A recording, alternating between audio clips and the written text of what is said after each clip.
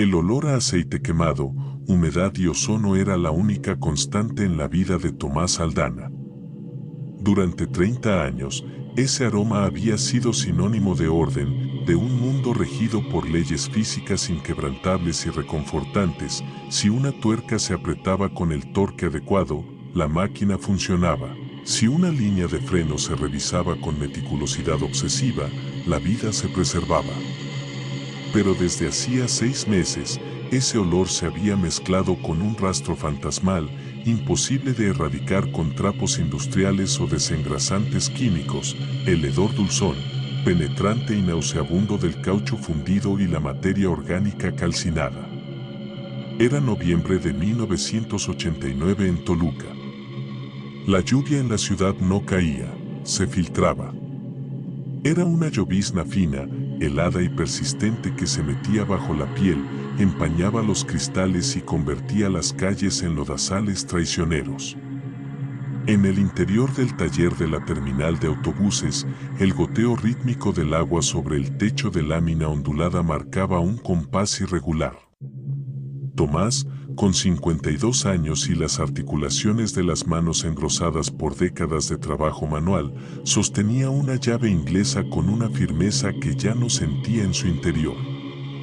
Su mirada se clavó en el libro de mantenimiento, abierto sobre un banco de trabajo manchado de grasa. La página correspondiente al 12 de mayo de 1989. Unidad 40. Ruta Ixtapan de la Sal, Toluca. Su letra, habitualmente pulcra y angulosa, parecía ahora la de un extraño. Revisión de sistema de frenos de aire comprimido. Válvula de relé, cilindros de rueda y líneas de aire, estado óptimo. Sin fugas. Presión de trabajo establecida en 120 libras por pulgada cuadrada. 2 días después de esa anotación, en la madrugada del 14 de mayo, bajo una tormenta torrencial, el autobús 40 se había precipitado por el barranco en el tramo conocido como la Curva del Diablo, justo antes del puente de un solo carril. El informe oficial de la Secretaría de Comunicaciones y Transportes, redactado con una frialdad burocrática que a Tomás le revolvía el estómago, dictaminaba: falla mecánica catastrófica debido al desgaste negligente del sistema de frenos, agravada por condiciones climáticas adversas. 42 personas murieron. El impacto y el posterior incendio habían reducido el chasis del Mercedes-Benz 1318 a un esqueleto retorcido y ennegrecido. No hubo sobrevivientes. Tomás sabía, con la certeza absoluta que solo da el conocimiento íntimo de una máquina, que el informe era una mentira. Él había revisado esos frenos. Había sentido con sus propias manos la textura lisa de las mangueras de aire nuevas, había escuchado el silbido limpio y potente del compresor. No había desgaste. No había negligencia. Tomás. La voz de su jefe, el señor Gamboa, lo sacó de su ensimismamiento. Gamboa era un hombre corpulento, de rostro rubicundo y sonrisa perpetua que nunca llegaba a los ojos. Se acercó al banco, dejando un rastro de agua de su impermeable. Ya es tarde, hombre. Deberías irte a casa. Tu mujer debe estar preocupada. Tomás no levantó la vista del libro. Los frenos del 40 estaban bien, Gamboa. Lo revisé yo. No fallaron por desgaste. Alguien manipuló ese sistema. Gamboa suspiró, un sonido largo y condescendiente. Se apoyó en el banco, invadiendo el espacio personal de Tomás. El olor a tabaco rancio y colonia barata invadió las fosas nasales del mecánico. Mira, Tomás. Eres el mejor mecánico que tengo. Pero todos cometemos errores. El cansancio, la edad, son factores. La peritación oficial ya está cerrada. Lo que necesito es que firmes esta atenda al reporte. Gamboa deslizó un papel sobre el libro. Era una declaración jurada donde Tomás admitía haber pasado por alto una microfisura en la línea principal de aire debido a la fatiga visual. Si no firmo, ¿qué pasa?, preguntó Tomás, su voz apenas un susurro áspero. Nada grave, en teoría, respondió Gamboa, y su tono perdió por un segundo la máscara de amabilidad, revelando un acero frío y calculador. Pero la empresa necesita cerrar el caso para los seguros. Si hay un responsable técnico, la compañía paga menos. Si el responsable eres tú, un empleado con 30 años de antigüedad, la aseguradora lo acepta como un error humano aislado. Te daremos una indemnización por despido justificado. Podrás retirarte. Están pidiendo que me culpe de 42 muertes. Están pidiendo que seas realista, corrigió Gamboa. Piénsalo esta noche, Tomás. Pero no te tardes. La lluvia pone nerviosa a la gente. Cuando Gamboa se fue, el taller pareció encogerse. El goteo en el techo sonó más fuerte. Tomás guardó el libro en su casillero, se puso su chaqueta empapada y salió a la noche toluqueña. Mientras caminaba hacia su viejo sedán, una sensación opresiva se instaló en su pecho, una presión física, como si la atmósfera misma hubiera aumentado su densidad. No era solo culpa. Era miedo. Un miedo primario, visceral, a algo que ya estaba en movimiento. La deterioración de la mente de Tomás no fue un colapso repentino, sino una erosión lenta, metódica, como el agua que carcome la piedra caliza. Comenzó con pequeñas anomalías en su entorno, incidentes que, aislados, podrían haber sido descartados como producto del azar, pero que acumulados tejieron una red de inquietud asfixiante. La primera semana, Tomás llegó a su casa y encontró su caja de herramientas personales desordenada. Él era un hombre de rutinas inquebrantables, las llaves siempre colgadas en orden de tamaño. Ahora, la llave de tubo del 13 milímetros estaba en el cajón de las limas. Al principio, culpó a su esposa, Marta, pero ella negó haber tocado nada. «Estás trabajando demasiado, Tomás», le dijo, con una mirada que mezclaba preocupación y un leve reproche. «Te estás obsesionando con ese accidente». La segunda semana, las llamadas telefónicas comenzaron. Eran siempre a la misma hora, 2:15 de la madrugada. Tomás despertaba sobresaltado por el timbre estridente del teléfono de pared en la cocina. Al descolgar, no había voz.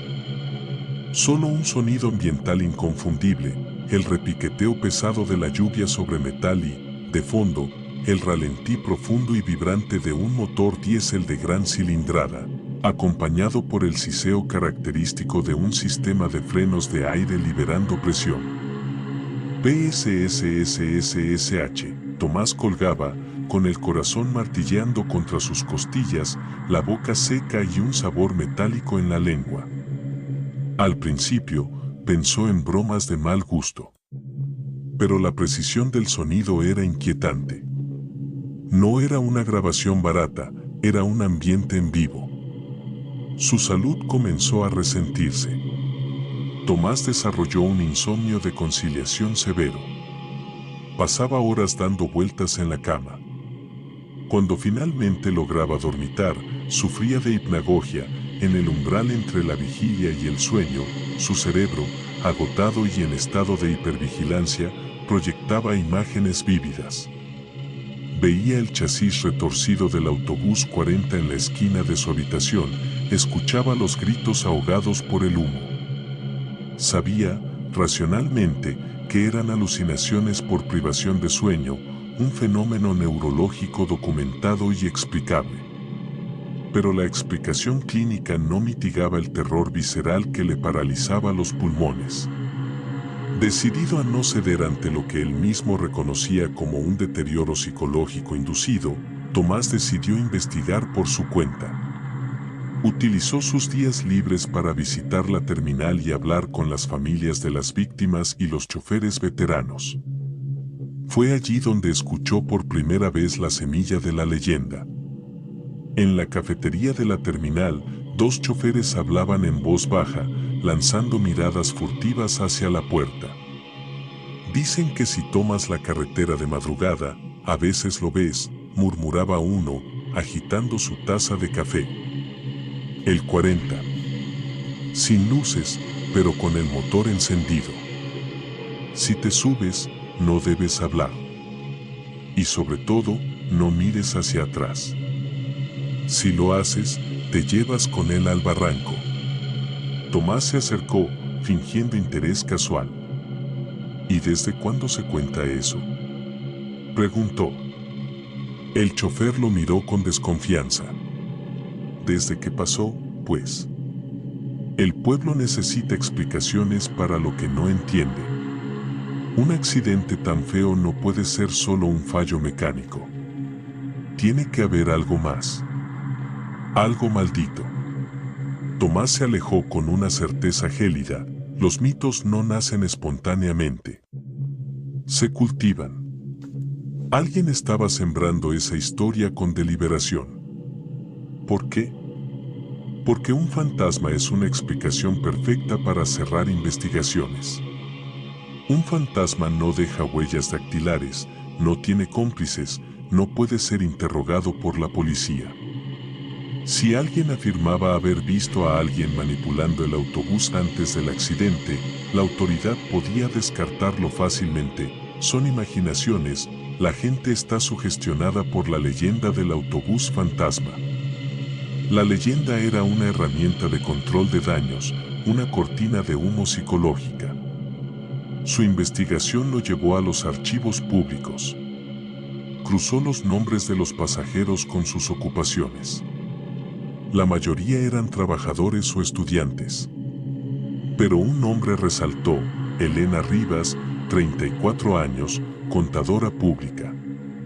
Según un breve recorte de periódico local de hacía un año, Elena Rivas había estado liderando una auditoría forense independiente sobre los fondos de una macroconstructora estatal, una empresa vinculada a figuras políticas de alto perfil en el Estado de México. La mente de Tomás, entrenada para encontrar patrones en el caos mecánico, conectó los puntos con una claridad aterradora. Elena Rivas no estaba en ese autobús por casualidad. Iba de Ixtapan a Toluca para reunirse respecto a esa auditoría. El autobús 40 no fue una víctima del azar, fue un escenario seleccionado. La necesidad de una prueba física se volvió obsesiva. Tomás sabía que los restos del autobús habían sido llevados a un corralón municipal, destinados a ser triturados como chatarra. Una noche, bajo una llovizna que empapaba hasta los huesos, Tomás sobornó al vigilante del corralón con una botella de whisky y un fajo de billetes. El corralón era un cementerio de metal. La lluvia resbalaba sobre los capós oxidados, creando un paisaje lunar y desolado. El vigilante le señaló un montículo de escombros ennegrecidos en el fondo del terreno. Tomás se acercó con una linterna. El olor a óxido y ceniza vieja era nauseabundo. Con unas tenazas que había traído en su mochila, comenzó a remover los restos del eje trasero.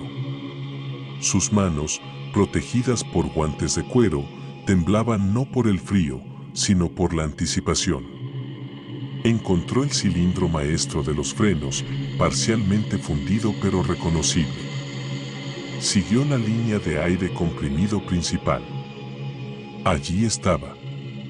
No había signos de corrosión, ni de desgaste por fricción, ni de la fatiga del metal que había descrito el informe oficial.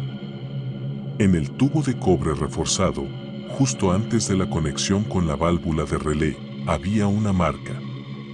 No era una rotura irregular. Era un corte limpio, biselado, realizado con una herramienta de presión. Tomás sacó de su bolsillo una pequeña navaja multiusos y comparó el ángulo del corte. Coincidía perfectamente con el filo de una cizalla de taller de alta resistencia. La misma herramienta que él usaba a diario. Alguien había cortado esa línea a propósito. Y luego, alguien había intentado culpar a Tomás, o al menos, asegurarse de que la investigación se cerrara bajo la narrativa de la negligencia humana, enterrando la verdad bajo toneladas de burocracia y superstición. Guardó el trozo de tubería en su bolsillo. En ese momento, un rayo iluminó el corralón, y por una fracción de segundo, Tomás vio una sombra alargada proyectada contra una pared de ladrillo a 50 metros de distancia. No se movió. No hizo ruido. Solo observaba. Tomás apagó la linterna de inmediato, conteniendo la respiración, y se quedó inmóvil en la oscuridad, escuchando solo el latido frenético de su propio corazón. Cuando se atrevió a mirar de nuevo, la sombra había desaparecido. Pero la certeza de que estaba siendo vigilado se instaló en su médula ósea. La confrontación final no ocurrió en un callejón oscuro, sino en el único lugar que Tomás aún consideraba su santuario, su propio taller, una noche de tormenta a finales de noviembre. Marta había ido a visitar a su madre enferma a un pueblo vecino. Tomás estaba solo. Había pasado la tarde analizando el trozo de línea de freno bajo una lupa, documentando fotográficamente el corte con una cámara Polaroid. Tenía la prueba. Tenía el motivo. Solo le faltaba decidir a quién acudir. A las 11:30 de la noche, la lluvia arreció. De repente, las luces fluorescentes del taller parpadearon y se apagaron, sumiendo el espacio en una oscuridad casi total, rota solo por la luz ámbar de un farol callejero. Tomás se quedó inmóvil. Entonces, lo escuchó. No era el viento. No era la lluvia. Era un sonido que había aprendido a temer en sus pesadillas, pero que ahora era innegablemente real.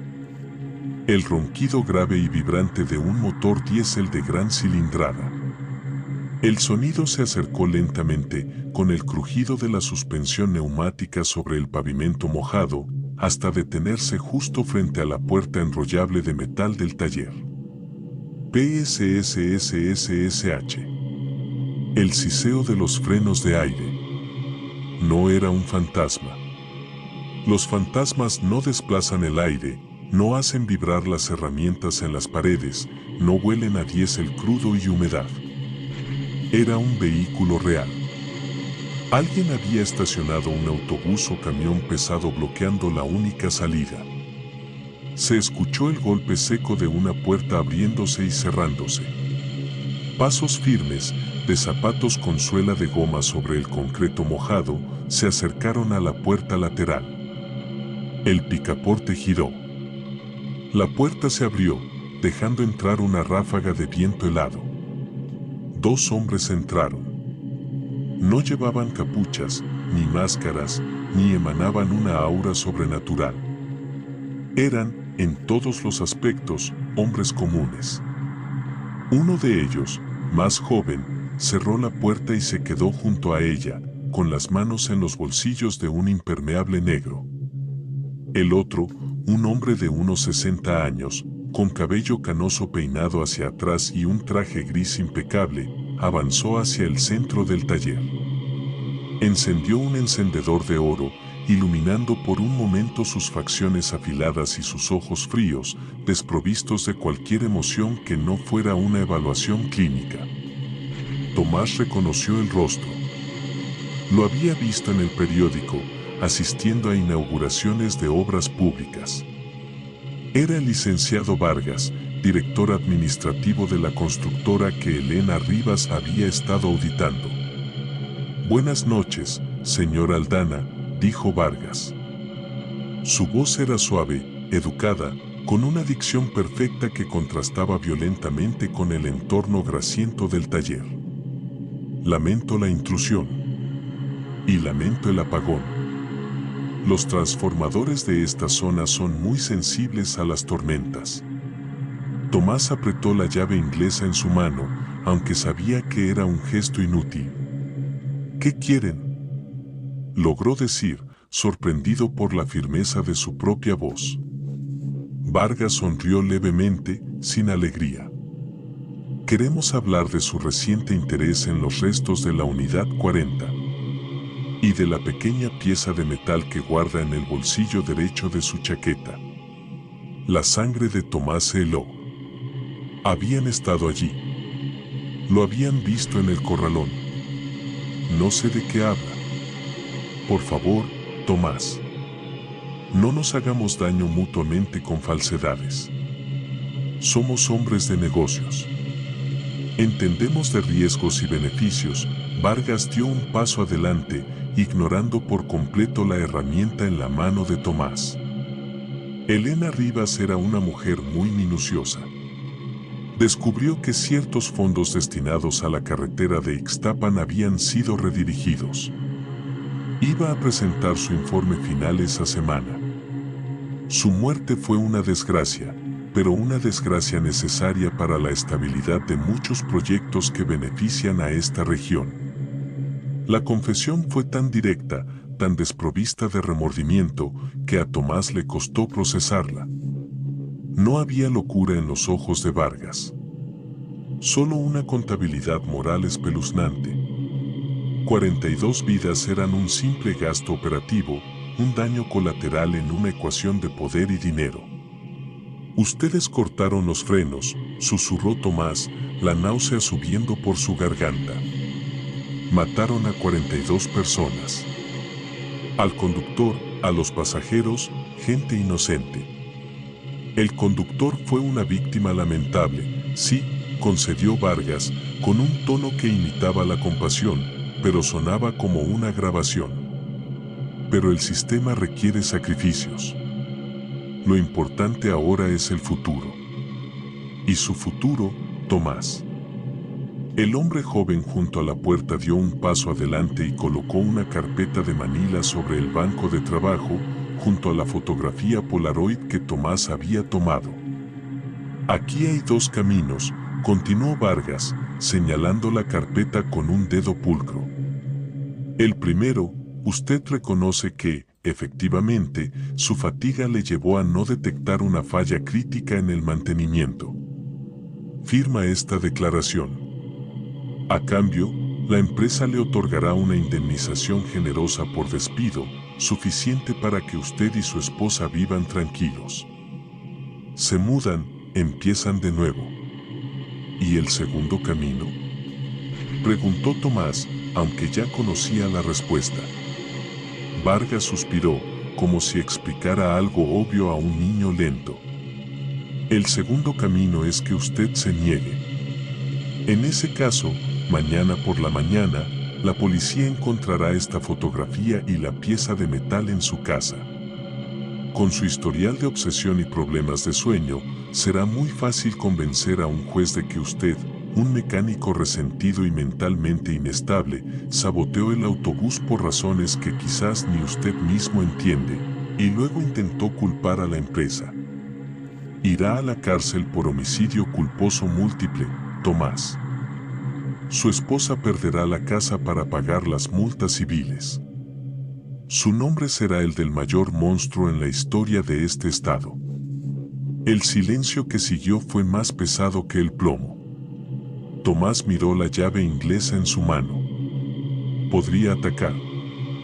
Pero el hombre joven ya tenía la mano dentro de su impermeable, y la mirada de sus ojos era la de alguien que no dudaría en usar la fuerza letal. No era una película. Era la realidad fría y brutal de un sistema diseñado para aplastar al individuo. ¿Y la leyenda?, preguntó Tomás, su voz quebrada. El autobús fantasma. ¿También fue idea suya? Vargas esbozó una sonrisa genuina por primera vez, una sonrisa de desprecio absoluto hacia la naturaleza humana. Oh, eso fue un toque de genio de nuestro departamento de relaciones públicas. La gente, Tomás, tiene un miedo atávico a lo desconocido. pero prefieren 1000 veces un fantasma a la verdad. Un fantasma es poético. Un fantasma no tiene cómplices en la presidencia municipal, ni en la policía judicial, ni en los medios de comunicación. Si alguien dice que vio a un hombre merodeando el autobús esa noche, todos se reirán y dirán, pobre diablo, está sugestionado por la leyenda del 40. La superstición es el mejor desinfectante para la verdad. Vargas sacó un bolígrafo elegante de su bolsillo y lo dejó sobre la declaración jurada.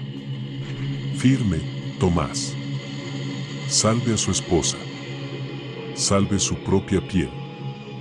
La verdad es un lujo que los pobres no pueden permitirse. Tomás miró el papel. Miró la fotografía de la evidencia que había arriesgado su vida para obtener. Pensó en Marta, en la vida tranquila que habían construido. Pensó en las 42 almas que ya no podían defenderse, sus voces ahogadas para siempre bajo el peso del metal y la burocracia. Con una mano que temblaba incontrolablemente, Tomás soltó la llave inglesa. El metal golpeó el banco con un sonido seco y definitivo. Tomó el bolígrafo. La tinta fluyó sobre el papel, sellando no solo su confesión falsa, sino su propia condenación moral. Han pasado más de 3 décadas desde aquella noche. Tomás Aldana nunca fue a la cárcel. Recibió su indemnización y se mudó con Marta a una ciudad pequeña en el sur, lejos de la lluvia fría de Toluca. Cambió de oficio, ahora repara relojes, un trabajo que requiere silencio, precisión y soledad. La leyenda del autobús fantasma de la ruta a Ixtapan de la Sal se ha convertido en un pilar del folclore urbano mexicano. Se cuenta en fogatas, se publica en blogs de misterio, se adapta en videos de internet. Los jóvenes se retan mutuamente a subir a un autobús de noche y no mirar hacia atrás, buscando el escalofrío barato de un susto sobrenatural. Tomás a veces escucha estas historias. Cuando lo hace, no siente miedo. Siente una náusea profunda, un vacío abismal en el pecho. El verdadero horror, ha aprendido Tomás a lo largo de los años, no reside en lo que acecha en la oscuridad con cadenas y lamentos. El verdadero horror camina a la luz del día. Viste trajes grises, habla con educación, toma decisiones basadas en hojas de cálculo y tiene la capacidad de convertir un asesinato masivo en una anécdota para asustar niños, asegurando así su propia impunidad. La mente humana es frágil, susceptible a la manipulación y al miedo. Pero la maldad humana es infinitamente más resistente, más organizada y más fría. A veces, cuando la lluvia golpea contra el cristal de su taller de relojería, Tomás cierra los ojos y todavía puede oler el caucho quemado. Se mira en el pequeño espejo que cuelga en la pared, observando las arrugas profundas de su rostro, los ojos apagados de un hombre que sobrevivió físicamente pero que murió moralmente aquella noche. Comprende, con una claridad que lo carcome cada día, que el verdadero fantasma del autobús 40 no es un vehículo espectral que vaga por la carretera. El verdadero fantasma es el mismo. Es el silencio cómplice de un hombre que conoció la verdad, tuvo la evidencia en sus manos y eligió convertirse en el último engranaje de la maquinaria que destruyó 42 vidas, solo para poder seguir respirando. Y en el silencio de su taller, mientras el tic-tac de cientos de relojes mide el tiempo que le queda, Tomás sabe que, cuando finalmente muera, no habrá ningún infierno sobrenatural esperándolo.